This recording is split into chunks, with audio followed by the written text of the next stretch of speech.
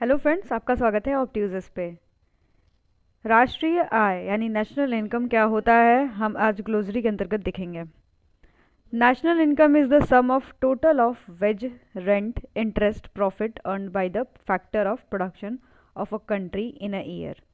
राष्ट्रीय आय क्या होती है? जो हमारे देश में जो टोटल इनकम होती है हमारे कंट्री की, जिसमें कि क्या क्या आ जाता है, आपका वेज आता है, रेंट आता है, इंटरेस्ट आता है, प्रॉफिट।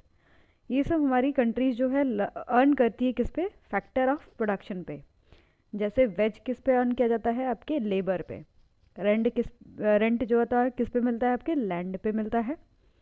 इंटरेस्ट आपका किस पे मिलता है? कैपिटल्स पे मिलता है। प्रॉफिट आप किस पे अर्न करते हैं? एंटरप्रेन्योरशिप पे अर्न करते हैं। तो these are the factor of production जिस पे आपकी ये इनकम होती है, wage, rent, interest and profit.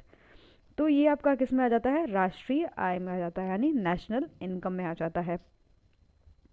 Thus, it is the aggregative value of goods and services rendered during the given period counted without a duplication।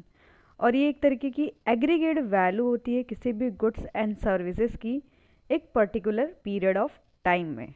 यानी जो हमारे goods and services की जो वैल्यू है वो एक पीरियड ऑफ टाइम में कितनी है, वो उसका एग्रीगेट यानी टोटल सम जो होता है वो राष्ट्रीय आय में आता है।